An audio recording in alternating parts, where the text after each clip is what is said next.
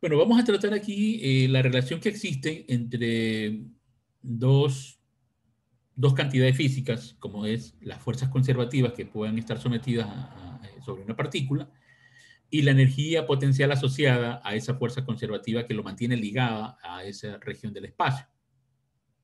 Entonces, veamos.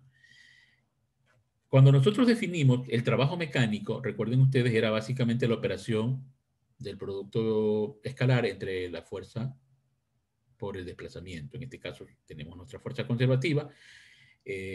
Vamos a suponer por fines de facilidad de entender que esta partícula se esté moviendo solo en una dimensión. Digamos que está variando en términos de y, de la coordenada y. Y por lo tanto, el desplazamiento que se produce en esa coordenada será delta y. Entonces, el producto de la fuerza por desplazamiento, eso nos da el trabajo mecánico.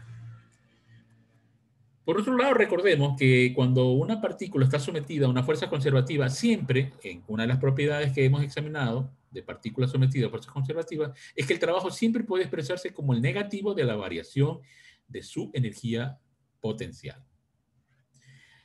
Bueno, a partir de esto, entonces podemos igualar estas dos expresiones anotadas allí, quedándonos lo siguiente, ¿no? Que el producto de la fuerza, que varía en términos de la coordenada y, por el desplazamiento correspondiente, es igual a menos la variación. Si de aquí despejamos el valor de la fuerza conservativa, nos queda entonces el valor negativo de esta razón de la variación de la energía potencial que experimenta la partícula con respecto al cambio de su posición y. Bueno, de esta última parte, si nosotros analizamos la relación límite que va a tomar esta expresión delta U sobre delta Y, es decir, la medida de la razón de cambio de U con respecto a Y, cuando delta Y tiende a cero, eso implica medir cómo la función de energía potencial alrededor de un punto inicial y un punto final, cuando experimenta un desplazamiento pequeño delta Y, se produce esa valoración. Entonces, cuando yo comparo la energía potencial final que tiene un estado alcanzado por la partícula, menos la que tenía en el estado inicial, esta me da la variación de la energía que experimenta la partícula respecto a el cambio experimentado en la coordenada y. Entonces, recuerden ustedes por la definición del cálculo, el límite entonces cuando delta y tiende a cero de esta función, me define a mí la primera derivada de esta función de energía potencial con respecto a y. Entonces, esto es un resultado muy importante en física que indica entonces que si una partícula está sometida a un campo de energía potencial, producto de una fuerza conservativa, la relación que se establece entre la fuerza conservativa y la energía está dada por esta expresión matemática, que dice que cuando uno opera la primera derivada de la energía potencial con respecto a la coordenada y, su valor negativo me está dando el valor de la fuerza a la que está sometida esa partícula. ¿De acuerdo?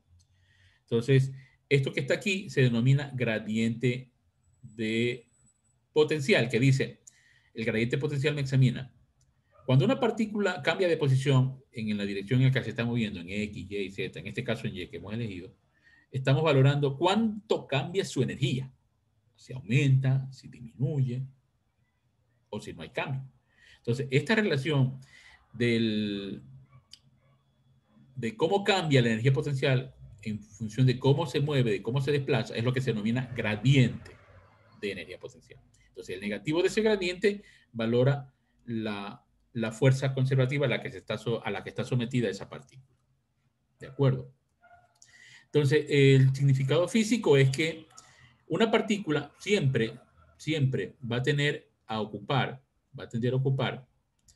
el estado en la que en esa región del espacio alcance la menor energía la partícula. Entonces podemos tener esta situación, ¿no? Que la partícula está sometida a este cambio de energía y si se encuentra por acá, pues la partícula en algún momento va a tender a ubicarse acá, que es el mínimo de energía. Y si se encuentra por acá, pues va a tender a movilizarse a esta región. O sea, todo indica que la naturaleza forzará a que esta partícula trate de alcanzar este punto, que es el punto X en la que la partícula alcanza el estado de menor energía potencial. imagínense que tiene otra situación en los cuales ahora la energía potencial pues adopta, por decir algo, estos cambios, así, como menciono acá, etcétera. Entonces, nuevamente, si la partícula se encuentra por acá, pues no va a ser permanente, pues estaría en una situación dinámica, de movimiento, si la energía mecánica, por ejemplo, está por acá, porque siempre la naturaleza lo va a obligar a movilizarse a un estado de mínima energía potencial. ¿Ya? Bueno, entonces eso es lo que nos dice esta información que estamos tratando. Entonces ahora ya estamos listos para poder utilizar este gradiente de potencial o este negativo del gradiente potencial. Por ejemplo, ustedes conocen un sistema masa-resorte, como ya vimos antes.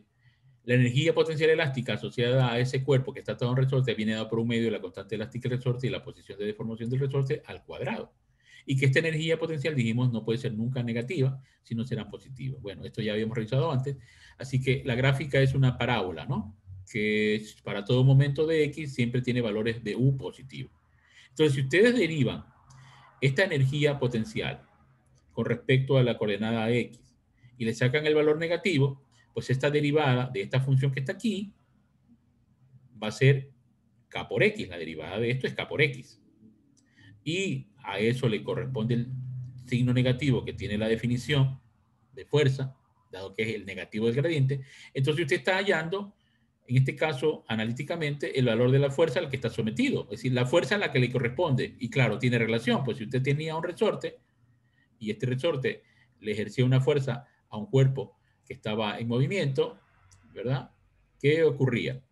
Que esa fuerza estaba dada por ley de Hooke. Recordarán ustedes que era menos K por X. Bueno, lo que estamos demostrando es eso, ¿no? Que si conocido la función de energía potencial, la deriva, le precede el signo negativo, pues que lo que está obteniendo es el valor de la fuerza, en este caso conservativa, a la que se somete la partícula, que en este caso es la fuerza elástica de un resorte, menos K por X. Lo contrario, ¿no? Ahora dirán ustedes, bien, si yo integro la fuerza, donde la variable de integración es X, voy entonces a obtener ahora la función de energía potencial. ¿Ya? Derivan, tienen F, y luego integran y tienen U.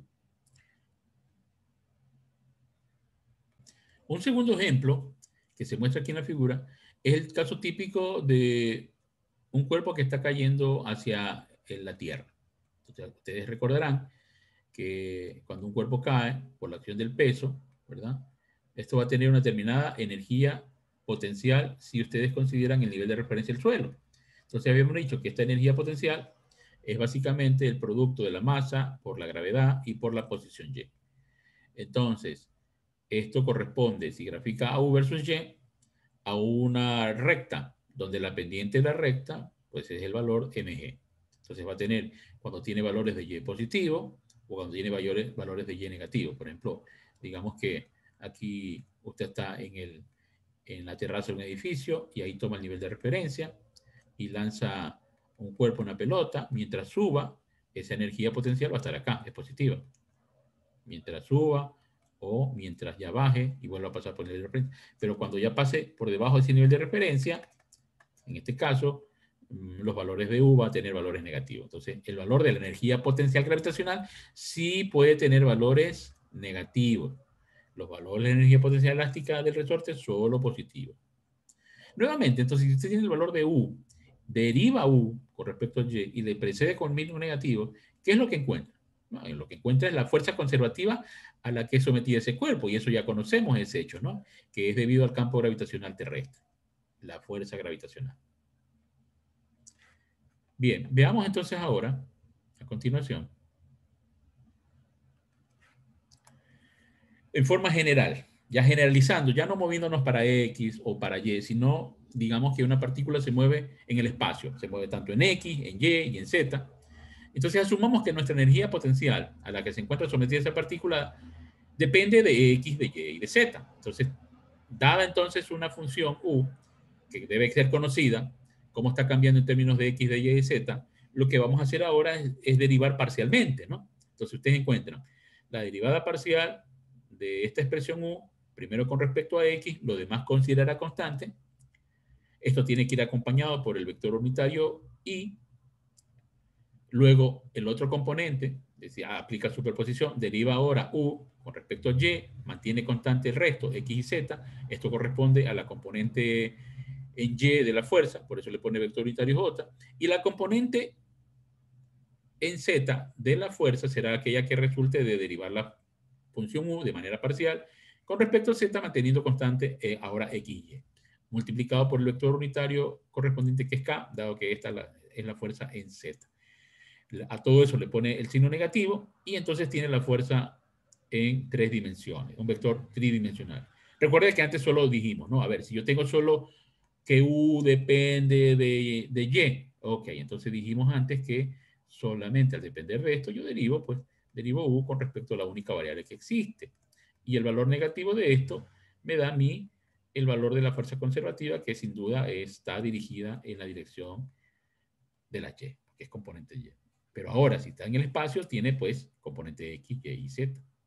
Entonces, a esta expresión que está aquí, que es el gradiente de energía potencial, puede operárselo o escribírselo con una notación más sencilla a través del operador nabla. Este que está aquí es un vector, es decir, nabla o este operador, es decir, este símbolo, significa que opera sobre este escalar que es U, y entonces esto representa la valoración de esta simbología que se representa derivada de la función escalar que se va a considerar tanto en I, en Y y en Z, ¿no? Entonces, este es el valor que corresponde a nabla. Mientras que el valor de U es la función escalar sobre la cual opera. Entonces, una vez definido ya este operador sobre el escalar U en su negativo, pues es una expresión mucho más simple de escribir, pero que equivale básicamente a la misma información que está acá, en detalle, como derivadas parciales. Veamos un ejemplo entonces para poder aplicar esto último. Este último concepto de gradiente de energía potencial cuando una partícula se mueve en el espacio. Veamos el siguiente ejemplo. Imaginemos que tenemos desde, digamos, desde una vista superior, una pista de hielo, y sobre la misma, vamos a suponer que aquí tenemos los ejes desde arriba X, visto así X y Y, el movimiento bidimensional, y que este disco pues es capaz de moverse, ¿no? Es moverse en esa pista. Y la energía potencial asociada está dada. Es una información como la que se dice aquí, que esta energía depende de X y de Y que es la función medio de una constante K, paréntesis, y las variables X cuadrado y Y cuadrado. Entonces lo que se nos pide aquí es deducir una expresión que permite encontrar cuál es la fuerza a la que se encuentra sometida el disco en toda esta región, donde actúa una función de energía potencial como esta. Entonces, ¿qué es lo que hay que hacer primero? Lo que hay que hacer primero es derivar, como dijimos, ¿no? Aplicar el concepto de gradiente de potencial, cuyo valor negativo es la fuerza. Entonces, vamos a derivar U, primero con respecto a X, manteniendo Y constante. Entonces, significa que esto es constante, ¿no? Ya va a ser 0 la derivada de esto, por 0 constante, y nos queda derivar solamente X al cuadrado. Sería 2X. Como tienen 2 acá se simplifica, entonces nos va a quedar K por X, la derivada. Hacemos lo mismo con la derivada de U, ahora de esta cosa parcialmente con respecto a Y, significa que ahora X mantenemos constante, entonces ahora esto será constante, y habrá que derivar Y cuadrado, que sería 2Y por 1 medio de K. Se cancela nuevamente el 1 medio, y nos queda que esto es igual a K por la variable Y. Entonces lo puedo ir haciendo por partes, de tal manera que ahora la fuerza, como recordarán, era básicamente la superposición de las derivadas parciales de X, de Y y luego de Z.